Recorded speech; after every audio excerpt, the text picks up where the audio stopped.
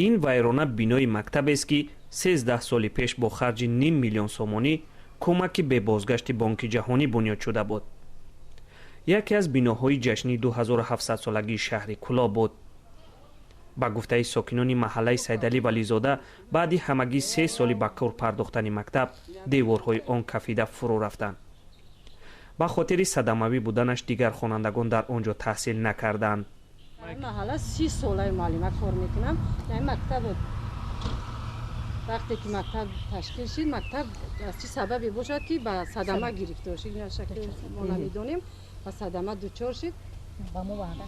با ما وعده دادن که سیمخانه میکنیم مکتب میکنیم که یگون کس چاره ندید.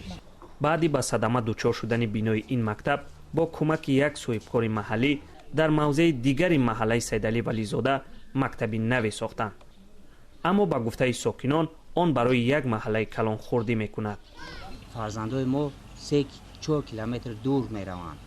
بعد صنف ختم صنف 8 صنف 10-11 نویه مومن آباد میروند. محله خب شلاقی باغ عبیب محله تودکوش میروند. 1 سال قبل رادیوی آزادی از وضع این مکتب ویرانه گزارش داد و مقامات گفته بودند که آن را تا جشن 30 سالگی استقلال تاجیکستان به باغچه کودکان تبدیل می‌دهند.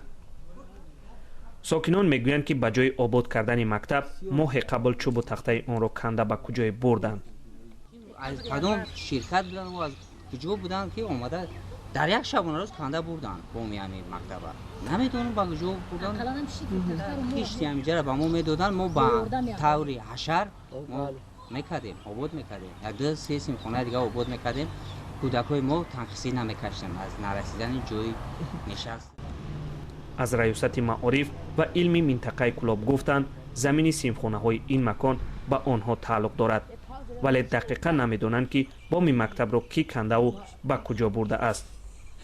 تا آنی که در محله مکتب بنیاد می شود خوانندگان از دوری مکتب رنج میکشند و والدین از بازی کودکان در ویرانه ها در تشویش خواهند ماند.